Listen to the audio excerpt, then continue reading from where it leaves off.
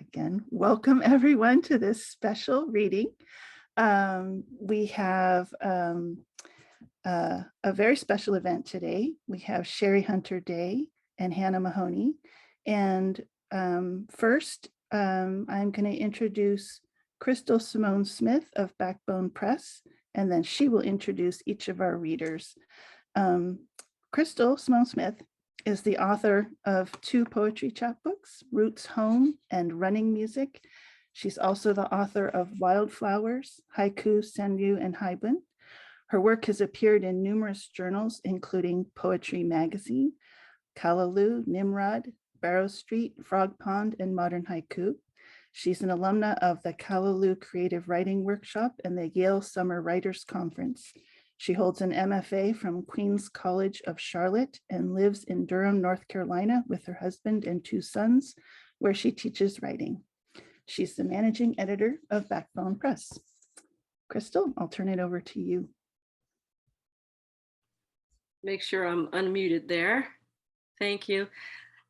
I need to remind myself to update that bio because my son is graduating high school on Tuesday. So he will no longer live with us. He will go to college. Oh, anyway, you got to remember to do those things. So I also operate, as Sue said, Backbone Press. And the press was started, we're coming up on our 10th year. And I first focused on publishing authors of color and cultural writing. And then, of course, as I became a haiku poet, I extended that to have a haiku contest, an annual one. This is our 2nd annual haiku contest. So the inaugural was last year. I was just really motivated by, well, we received a nice amount of COVID money and we had some money to do that. But I was also very motivated by the fact that much like publishing poets of color, there were not a lot of venues for that. And I also noticed that there are not a lot of haiku book publishers, not a lot of venues there either. And so many great voices. And so I thought, you know, let's try to carve out some space for some haiku poets so we can publish more of them as well. So obviously Sue was our inaugural winner of the first year contest, and Renee Owen was the runner-up.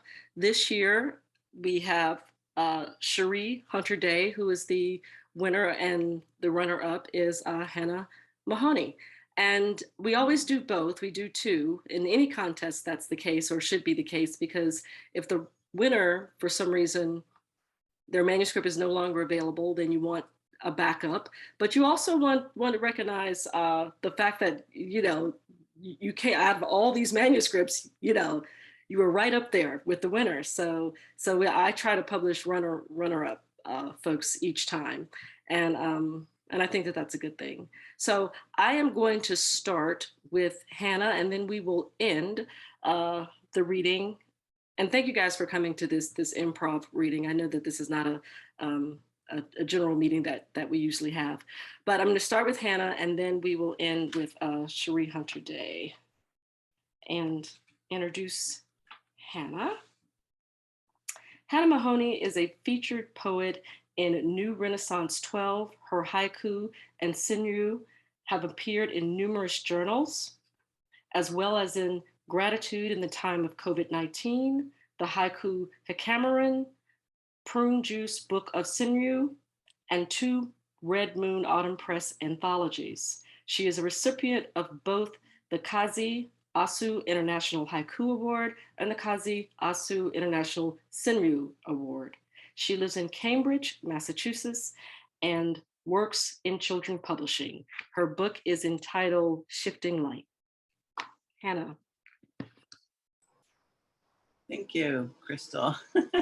And thank you, everyone. It's such a pleasure to be here with you. And I'm really delighted and humbled and honored. There's so many HPNC poets who I admire so much. So I'm a little like pinching myself to be in your company. And it's also a real pleasure just personally for me because my mother was born and grew up in Orinda in the East Bay. And so Northern California to me is the motherland. And as I was preparing for this reading, I just had this strong image in my mind's eye of my mother. She was a modern dancer. And the one video that I have of her dancing is she was out in California visiting some dance friends, and they made some videos together. So there's a video of my mom improvising this gorgeous solo to Bach's Missa Solemnis under Betty Fairclough's redwood trees at the foot of Mount Diablo, which just seems to me like quintessential my mom in her Northern California element. So it's a great pleasure to be there with you today for that reason. So thank you so much, Susan, for choosing my manuscript, and to Crystal for all the beautiful books you make. As she mentioned, I work in children's publishing, and so I really especially appreciate all the design choices you make, font and the paper quality, and just you make beautiful books. So I really appreciate, I'm really happy to be a part of that. So thank you for that, ebooks. So I'm going to read just from the spring and summer sections of Shifting Light. So we'll do that. It moves through the seasons, so I'm just going to read those first two, or from them. Okay, so we start in early spring. Dark earth, the furrowed spikes of skunk cabbage.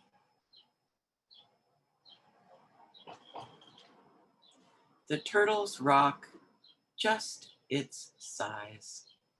Spring light. She takes a spin on her birthday bike for Scythia. We live on a little cul-de-sac in Cambridge, so it's like a neighborhood within a neighborhood, and there are a lot of young kids living there now, so which is a delight in itself, but also I get some good haiku material from them. So that was one of these kids doing a spin on our little dead-end street. And this is a one-liner with a dash. Fiddleheads, we leap the stream. Loop-de-looping over the day lilies. First monarch. Spring equinox, a duck's wings fold in perfectly. I was thinking how, you know, turtles and ducks and squirrels, they're these very everyday kind of animals to us. And but haiku helps us and encourages us to look with a fresh eye. And I was on a viewing platform just looking down at, you know, these everyday ducks. And this female mallard landed, and the way her wings folded in together, from above, it was just astonishing. This beautiful piece of nature's engineering. It's just, whew. So spring equinox, a duck's wings fold in perfectly. And this one was written in Ireland, walking the headlands of Western Ireland. And one of the great things about traveling is you get to learn about other plants and flowers and birds. So this is from there. Under the wind, under the arcs of grasses, rock pipits whistling. And this one was actually written in San Francisco. I was out being with a friend who was having a major surgery, and I would spend all day in the hospital and then come out at night. The hospital was on top of a San Francisco hill, and that just refreshing night air after the day in the hospital and dealing with everything she was going through. After days at her bedside, night breeze. And this next one was written from a prompt through the haiku group I belong to, the Broadmoor Haiku Collective. There are a bunch of us here. And I was going to say we came out and did a reading, but it was virtual. But we did an HPNC reading about 1.5 years ago, showing how we use some photos for prompts together under lockdown and learning how to use Zoom. And besides photos, we've also used paintings, prose, other poetry, And this one was written from some videos of music pieces. This was a chamber concert.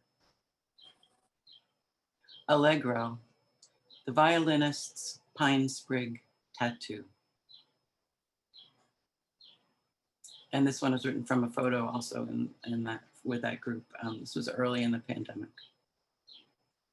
Rippling shallows, what matters and what doesn't. And then sometimes, I'm sure you know, haiku just happened to you. And this is one of those. And it's dedicated to my beloved late canine walking companion, Rusty. Rusty was a cockapoo, and he would, as dogs do, he'd trundle down the path in front of me and then look back and like, are we good? Are we good? And then he'd go forward, especially if there were two paths to choose from. And I'd say, yeah, we're going that way, buddy. And, but one day this happened. Two roads diverged. I let the dog choose.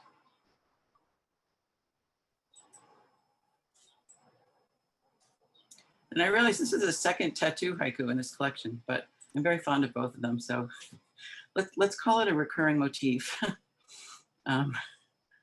First day of summer, my daughter flexes her bicep tattoo.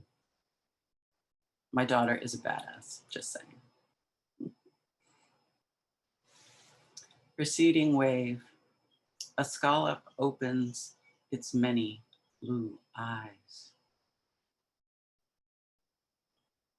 And here in the Cambridge area, we have some great swimming spots for the summer, and swimming is just one of my great pleasures of summertime. And one of those spots is Walden Pond, which is a kettle pond, in case you're not familiar with that term, which appears in haiku. It's a pond left behind from the retreating glaciers. And this is a complete side note, but I was looking up this morning to be sure I had the right definition of kettle pond. And I discovered that Thoreau was not the first person to build a one-room cabin on the shores of Walden Pond. Guess who did it before? There was a community of formerly enslaved people that lived on the shores of Walden Pond. And we don't know about that. It is not covered in the visitor center there. And I just was gobsmacked about that. And it's just so typical of white people taking over the narrative. And I think of, these people talk about self-sufficiency. They had real self-sufficiency, hard-won self-sufficiency. And, Thoreau could go home and have dinner with Emerson at night, So anyway, I was delighted to learn about that. And I'm actually going to include a link to the article in the chat because and it made me mad that we haven't heard about it. And I want to talk to the people there because we need to know about that. Anyway, Walden, despite that erasure, or along with that erasure, Walden is a really special and magical place. And I love swimming there. Kettle Pond, the cold spots our feet pass through. And this is a one-liner with ellipses. Backstroke, swimming, skimming the sky. Sorry, backstroke, skimming the sky. Another great place we have to swim is, it's called Plum Island. It's a surf beach north of Boston. And that was actually my mother's favorite beach. It's closest to a California beach we have out here. And driving home in the summer from swimming, we'd often see the summer triangle, which is Altair, Deneb, and Vega. Driving home in still damp swimsuits, Altair, Deneb, Vega. Slanting light, picking bits of silk from the husked corn.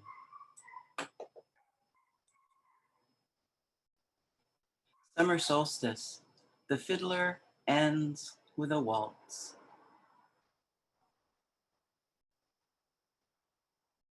Rinsing blueberries, what will my daughter remember? And there's some great blueberry picking here in August. And one morning, my daughter, she was 4 or 5, she just sat up in bed first thing in the morning and said, let's pick blueberries. So we did. I don't know if we'd been reading Blueberries for Sal or we'd been talking about it. Anyway, it was great. Just that 5-year-old enthusiasm. She loved blueberries. And this one's about and for my mom. Mom's labored breath.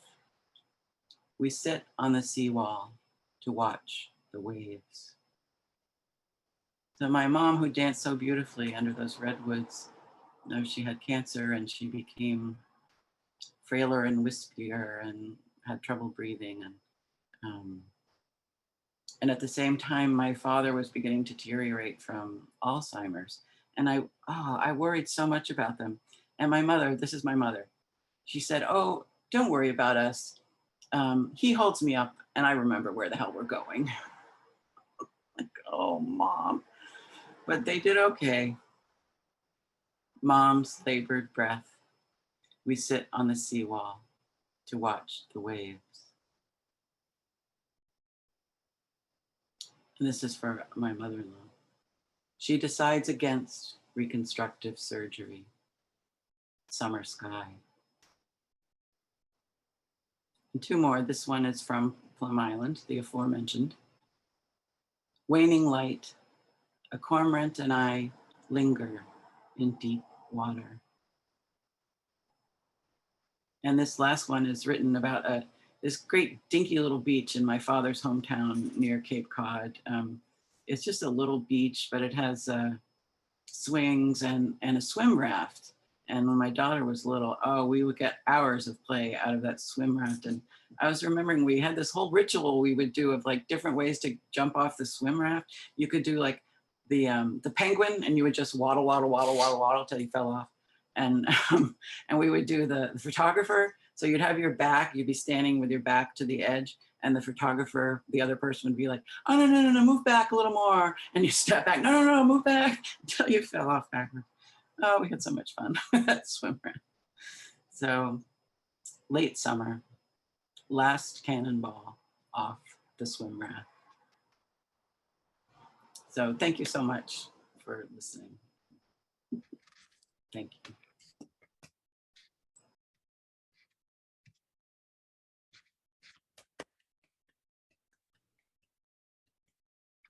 Okay, that was wonderful. Thank you so much. I made some haiku cards from some of the poems from various books that we've published so far, and the dog poem. I made a haiku card of the 2 roads diverging, and that haiku card just, I was at the Bay Area Book Festival and they loved it. Oh, it was like they were like, "Go over to that table and get one of those one of those haiku cards." That's so sweet. The cards are beautiful. Thank you. And that card, that haiku is, you can certainly relate to that. Resonates well with people. So next up is our winner of this year's contest, Cherie Hunter Day. Cherie has a rather long bio, so bear with me because she has done a lot. She's pretty amazing. And this book is just amazing. I remember I had a reader reading through the haiku manuscripts, and when I encountered this one, I went, "Whoa, this is really great." So I'm so excited that she was selected as the winner. So Cherie Hunter Day wrote her first 3 haiku at age 11 after reading The 4 Seasons, the Peter Popper Press, 1958, inherited from her great aunt, who left her own haiku on scraps of paper inside the front cover. In high school, she encountered Richard Wright's haiku and gave haiku writing another try. Her haiku have appeared in haiku journals continuously for 30 years and been anthologized in The New Haiku, Montage, Haiku 21, Where the River Goes, Haiku in English, The First 100 Years, Noon, an anthology of short poems, and 23 editions of Red Moon Anthology.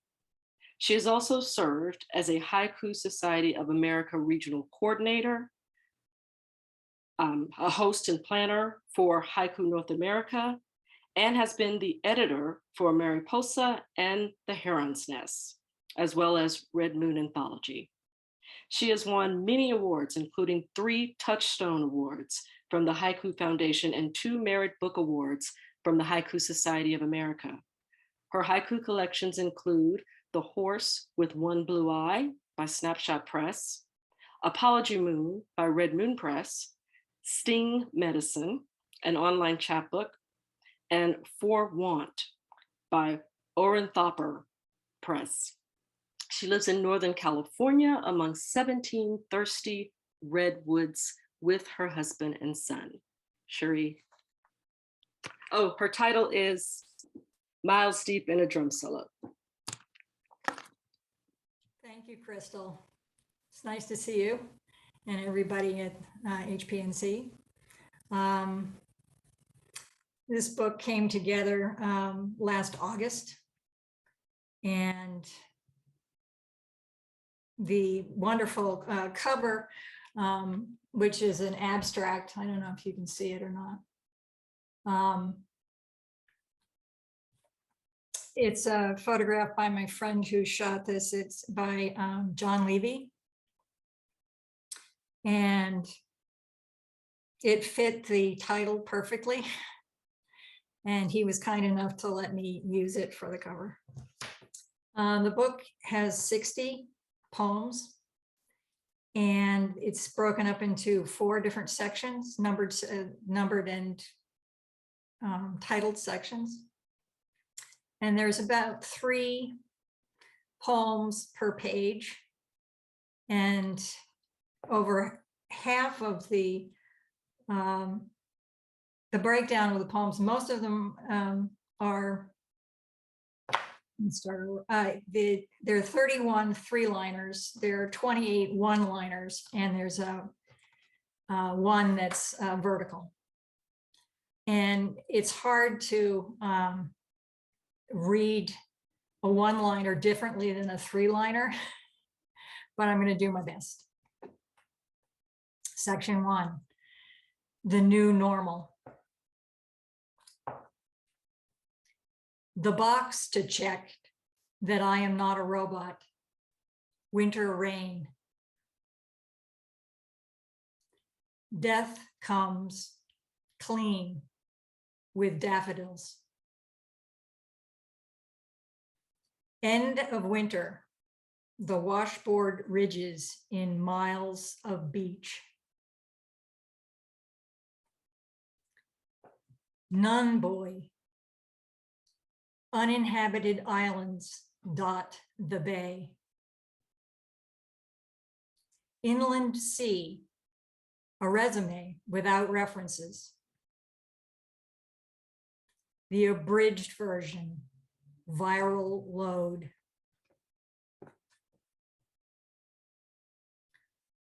Lockdown, again in a dream, I lose my luggage. Crow programs running in the background. Ponderosa pine, what fog makes of it. Bird, atlas and axis of the narrative. The last bit of lorem ipsum, spring starlight. The porn star speaks through an intermediary, cherry blossoms. Petal rain, we imagine a different ending. Nail heads poking out of the siding, the new normal. All the rage, white, masks. That's the first section.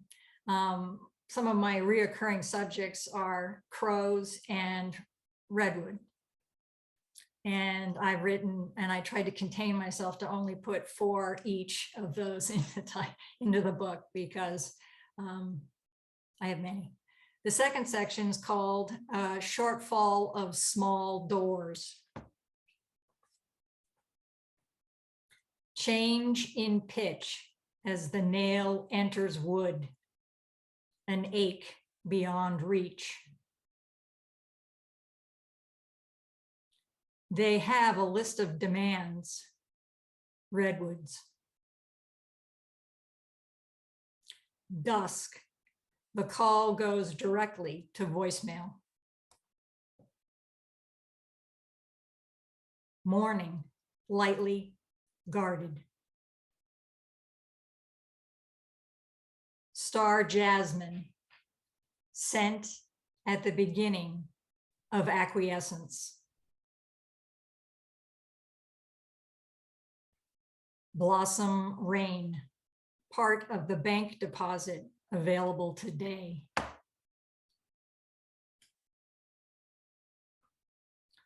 River green, put up for collateral. Financial advisors, the orchids in the lobby, real enough. Daily commitment, this light to memory. Scarlet wax cap, a shortfall of small doors under redwoods. Rock, paper, flower, the temple of forgotten things. Redwood seeds, the instrument of your hands.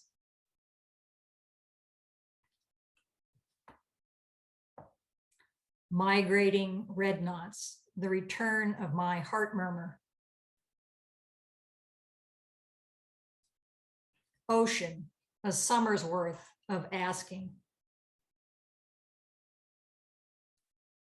Last time I heard you became dusk. That's the end of the second section. The third section is the rollover of unused data.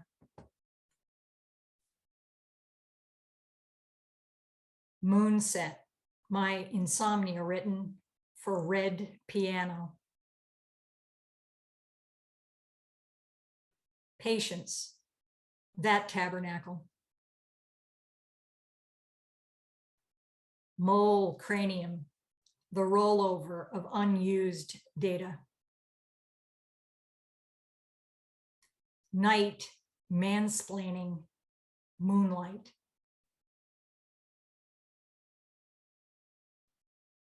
Deep summer, the heirloom variety of insult. Single quotes washing all the shiny things.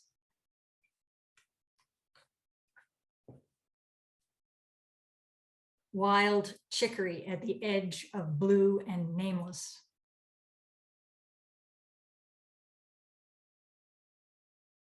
Canopy crows miles deep in a drum solo.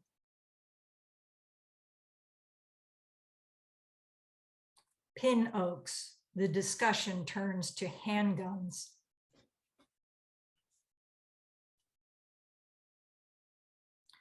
Curfew, the hair trigger of security lights.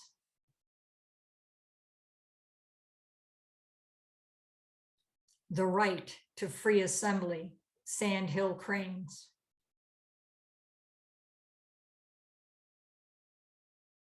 Autumn martyr in the first draft.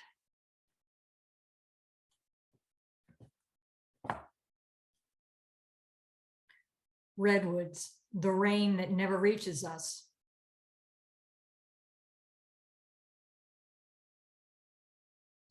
Rain shadow, scrap metal in the pocket of my flannel shirt.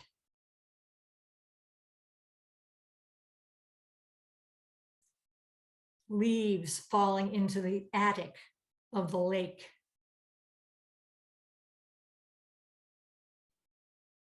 That's the end of the third section, and the fourth and final section is called Leftover Persimmons.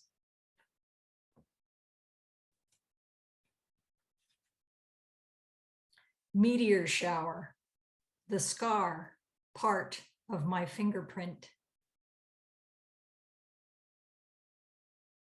That one kid with a plastic whistle. Evening heat.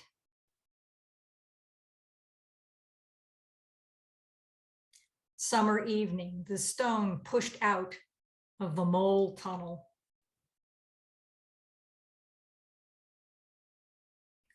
Crows without a chaperone, twilight.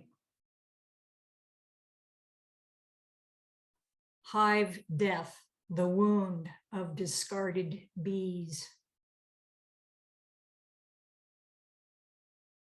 Dusk, crow, sober.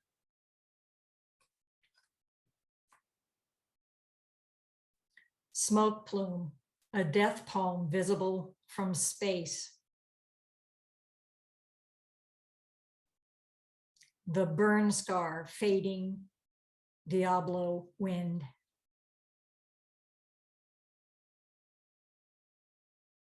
Simple hold, a hollow dent in autumn.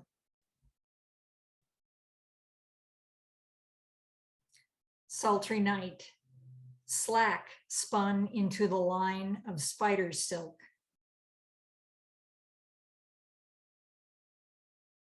Lust, an abbreviation of skin.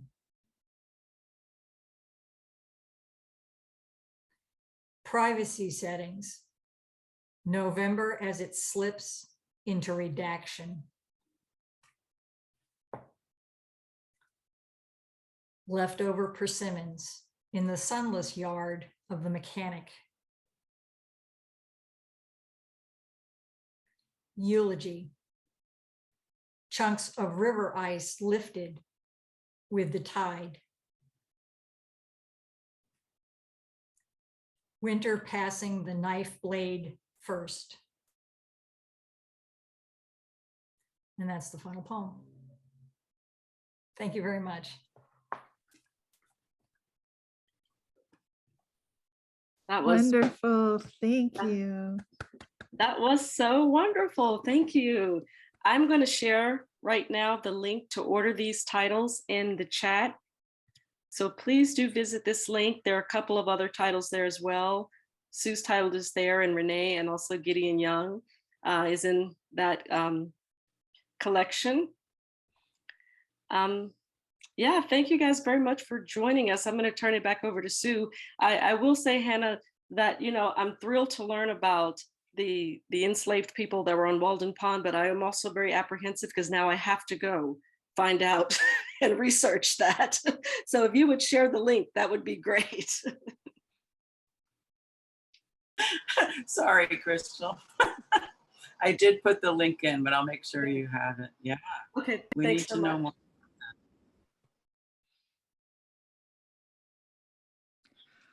Well, thank you, Crystal. Thank you, Hannah. Thank you, Cherie. That was just phenomenal. And thank you everyone for being here. I'm going to stop the recording, and you're welcome to hang around and unmute yourselves and talk. Thank you.